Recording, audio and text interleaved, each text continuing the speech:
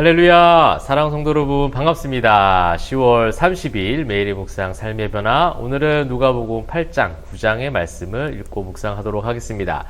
자, 여러분, 일상 가운데 사도들이라 칭함을 받은 그런 참된 제자들로서 이번 한 주간도 화이팅입니다. 힘을 내셔서 일상의 참된 예배자로 살아주시기를 주님의 이름으로 부탁드립니다. 자, 이제 8장, 9장은요, 병고침과 축기의 사역들이 또 많이 나오고 있습니다. 앞선 우리가 누가복음의 전 문맥에서도 자주 등장을 했는데요. 오늘은 조금 그 부분을 집중적으로 한번 살펴본다면 역시 이제 저자인 누가와 조금 연관이 되어 있죠. 누가가 직업이 의사잖아요. 그래서 병을 고치는 것에 대해서 그 다른 사람보다는 조금 더 관심이 많이 있었을 겁니다. 어떤 관심이에요? 의사로서 사람의 병을 고치는데 지금은 의술이 많이 좋아졌지만 고대 사회에는 한계가 있겠죠. 인간의 어떤 그 한계, 유약함에 대해서 그 유약함의 한계를 뛰어넘는 예수님의 능력, 그것을 이제 표현하는 것이죠. 마태와 마가복음에서도 이제 특별히 이제 마가복음에 축기 사건들이 초반에 나왔지 않습니까? 귀신을 쫓아내는 사건들이 나왔어요. 그래서 귀신을 돼지떼에게 들어가게 하고 그 돼지떼가 몰살당하는 그런 어떤 장면들 여러분 기억하실 겁니다. 그럴 때 이제 귀신들이 뭐라고 해요? 당신이 하나님의 아들입니다. 이렇게 고백을 하거든요. 그러니까 하나님이 어떤 분이신지, 그 예수님이 하나님의 아들의 권위를 가지신 그 분이심을 귀신들이 고백하게 만들어요. 그래서 이제 마태와 마가복음의 축기 사역은요, 하나님의 존재에 대해서 집중을 하죠. 하나님이 그런 분이시고 그 하나님이 육신의 옷을 입고 오신 분이 예수님이라는 거죠. 그 예수님에 대한 그 정체성의 확실한 이해, 이런 것을 이제 강조했으면 누가복음은요, 그것과 함께 그러한 균형과 함께 뭐도 필요한 거예요? 나의 연약함도 있어야 된다는 거죠.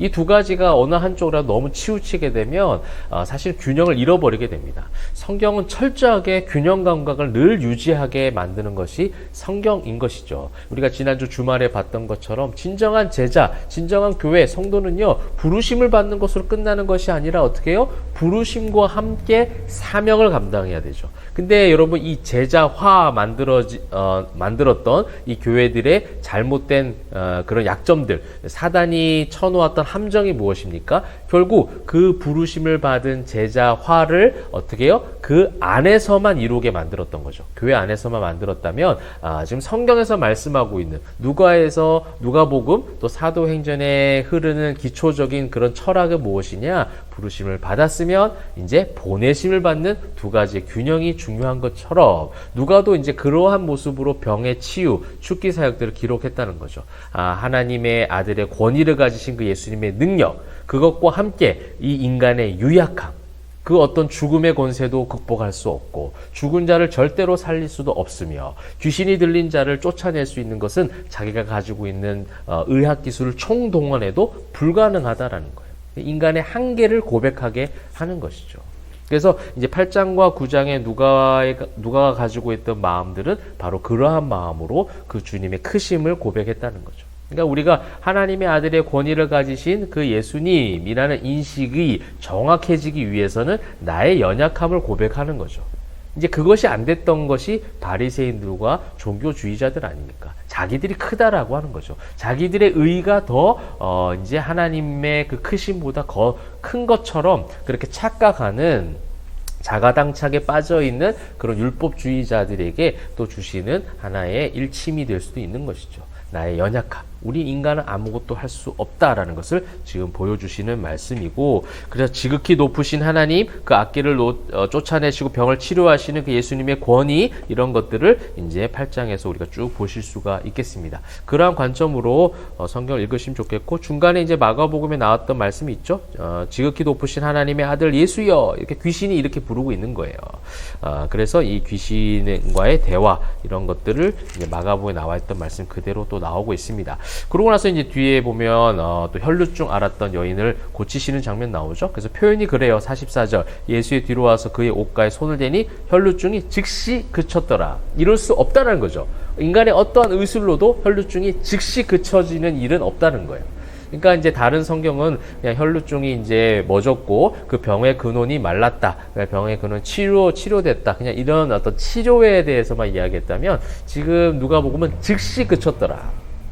있을 수 없는, 의학적으로 도저히 설명이 불가능한 그런 것들을 지금 표현하는 것이죠. 그러면서 뒤에는 죽었던 야이로의 딸이 구원받잖아요. 죽음을 이제 극복할 수 있는 의학 기술은 세상에 없어요. 그죠? 뭐 심폐소생술이나 이제 그 죽음을 임박한 사람을 살려내는 그런 어떤 그 응급 처치는 있을 수 있겠죠. 그래서 그 사람의 심장을 다시 뛰게 하고 숨을 돌리게 하는 것은 있겠지만 이미 죽은 사람을 살릴 수 있는 의학 기술은 세상에 존재하지 않아요. 고대든 현대든 없어요. 그런데 그 죽은 자를 살리는 거죠. 울지 말라, 죽은 것이 아니라 잔다. 이것이 하나님 아들의 권위를 가지신 예수님의 능력이요. 그 인간의 유약함, 그 메시아 앞에서 우리는 아무것도 할 수 없는 존재인데, 그러한 존재들을 사랑하셔서 지금 예수님이 이 치료의 사역들, 살리시는 사역들을 지금 하고 있다는 것을 고백하고 기록하고 있는 것이죠. 그래서 이제 9장에도요, 예수께서 12제자를 불러 모으사 모든 귀신을 제어하며 병을 고치는 능력과 권위를 주시고 하나님의 나라를 전파하며 앓는 자를 고치게 하려고 내버리시며, 고친다, 치료한다, 이런 표현을 이 누가라는 저자의 어떤 특성을 살려서 계속 많이 기록하게 하시죠. 그러면서 이제 지난 주말에 봤던 것과 비슷한 맥락들이 6절부터 쭉 나오는데요. 6절에 보면 제자들이 각각 각 마을에 두루 다니며 곳곳에 복음을 전하며 병을 고치더라. 그러니까 제자들이 파송을 받는 거예요. 그 파송을 받아서 사역을 하고 돌아온 10절을 보시게 되면 사도들이 돌아와, 이렇게 이제 표현이 바뀌어지고 있어요. 이게 이제 누가가 가지고 있는 표현 기법이에요. 그것을 계속 보여주는 거죠. 어떤 것을 지칭하는 표현과 단어를 통해서 성경적 가치관을 자꾸 드러내는 거예요. 제자들이 부르심을 받았고, 이제 제자들이 보내심을 받아 복음을 전하고 병을 고치는 사역들을 하고 돌아온 자들을 뭐라고 불러주시는 거예요? 사도라고 불러주시는 거예요. 여러분, 이번 한 주간 사도들로 살아내시길 바랍니다. 제자들로 어제 주일 예배 가운데 하나님이 교회로 성도들 다 불러 모으셔서 함께 먹고 마시며 교제하고 영육의 풍성함을 누렸다면 이제 사도들의 삶을 일상 가운데 여러분 살아내시기를 바랍니다. 그런데 이제 뒤에 보시게 되면 그 사도들이 돌아와 이제 오병이어 사건이 나오는데요. 다시 뒤에 보시게 되면 15절 제자들이 이렇게 다 앉힌 후 예수께서 떡 5개와 하면서 그 뒤에부터 다시 또 제자들에게 또 제자들이 주와 함께 있더니, 이런 식으로 제자로도 표현하고 있어요. 여전히 이제 사도적 사명을 완벽하게 감당할 수 있는 수준은 아니라는 거예요. 제자 훈련은 필요한 거예요. 그래서. 그죠? 부르심에 대해서, 예수님이 어떤 분이신가에 대해서, 그러니까 제자 훈련과 제자 양육은 아주 기초적인 공부입니다. 예수님이 누구신지를 아는 거, 이거는 반드시 필요한 거예요. 이 과정을 거쳐가야 되고요. 이것이 확고해지면 이제 그 다음 단계가 뭡니까? 우리 제자 훈련 가운데 1년의 제자 훈련이 끝나면 사역 훈련을 해요. 이 사역 훈련도 오해를 하더라고요. 교회에서 무슨 사역을 할 것인가? 교회에서 참된 봉사자로 이제 섬기는 것은 무엇인가에 대해서 자꾸 가르치거든요. 진정한 사역 훈련의 정신은 무엇이냐면 이 사도적 삶을 사는 거예요. 사도로 세상 가운데 나아가는 것이죠. 그래서 세상에서 나를 누구라 하냐, 이걸 물으시잖아요. 그죠? 나를 누구라 하느냐, 여전히 이 제자 훈련을 받는 단계인 거죠. 이 사도행전에 가서 이제 다들 그들을 뭐라고 부릅니까? 사도라고 부르거든요. 바울도 나는 사도직, 이 사도직을 나는 부여받았다. 나는 사도직을 가지고 있는 사람이다. 왜냐? 나는 복음 들고 세상 가운데 나아가고 있으니까. 나는 사도로서 충분하지 않느냐? 예수님과 함께하지 않았다고 내가 사도가 아니라고? 모든 성도, 주님의 부르심을 받는 택한 족속들은 다 복음을 들고 세상 가운데 복음을 전하고 있다면, 땅끝까지 이르러 증인의 삶을 살고 있다면 다 사도직을 받을 수 있다는 것을 또 바울이 가르쳐 주는 것이죠. 그래서 이제 뒤에 십자가, 자기를 부인하고 십자가를 지고 따르는 이야기도 나오고 있고, 그래서 이제 9장의 전체적인 이제 맥락들이 뒤에 오병이어 사건 이후에 베드로의 고백도 나오고요, 순환 예고도 나오고, 변화산 사건 나오죠. 그러니까 변화산 사건 나오는 것이 뭡니까? 이제 예수님이 누구신지를 알게 하는 그 제자 훈련의 일환이죠. 또 귀신 들린 아들, 근데 귀신 들린 아들을 또 못 고치죠. 우리 이제 마가복음에는 할 수 있거든이 무슨 말이냐, 믿는 자에게 능치 못함 없다, 이렇게 표현했던 그 말씀 병행 본문이 또 나오고 있습니다. 그러니까 참된 사도적 삶을 지금 살아가지 못하고 있는 것, 그리고 이 모든 병을 고치시고 귀신을 쫓아내시는 그 예수의 이름이 없으면 우리는 그냥 제자의, 예수님께서 우리를 부르신 제자이긴 맞지만 사도적 능력과 권위와 그다음에 사도적 그런 하나님의 자녀된 권세를 발휘할 수 있는 것은 아직 아니라는 거죠.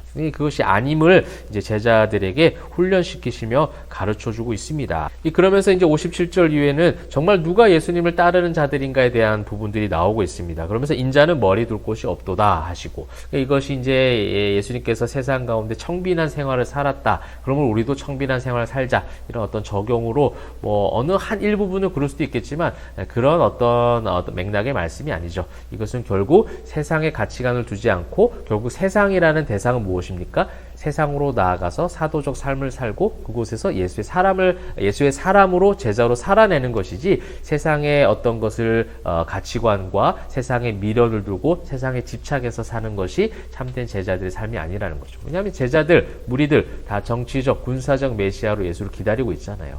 세상의 미련을 둔, 여전히 거기에 가치관을 둔 자들에게 지금 가르쳐 주시는 말씀입니다. 그래서 62절에 손에 쟁기를 잡고 뒤를 돌아보는 자는 하나님 나라에 합당하지 아니하리라. 세상의 것에 치우친, 세상의 가치관을 둔 그런 세상 사람으로 사는 것이 아니라 우리 예수 그리스도를 믿는 제자들은 부르심을 받았으니 이제 세상으로 나가서 복음을 전하는 인생인 것이지, 거기에서 그 세상 사람들과 똑같은 가치관을 두고 살아가는 것이 아니다라는 제자 훈련을 지금 시키시고 계십니다.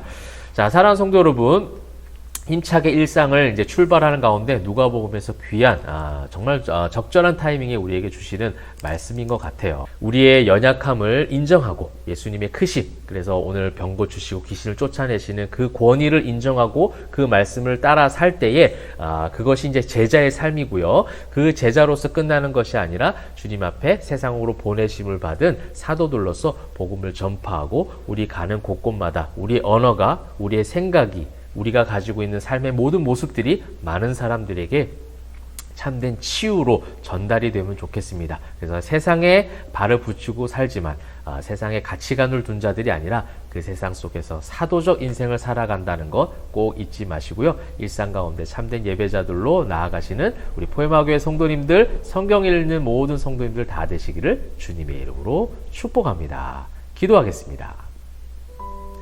사랑과 은혜가 풍성하신 하나님, 제자로 불러주신 하나님 은혜를 찬양하고 찬송합니다. 이제 그 제자들이 사도들이 되어져서 이 땅 가운데 파송받아 살아갈 텐데, 그 속에서 참된 치유의 능력들을 전달해 줄 수 있는 예수 그리스도의 온전하신 사랑과 그 능력과 그 평안함과 행복을 전해줄 수 있는 참된 전달자의 역할들을 감당할 수 있도록 인도하여 주시옵소서. 일상 가운데 승리하게 하실 줄 믿사옵고 감사 올려드리며 살아계신 예수 그리스도의 이름으로 기도합니다.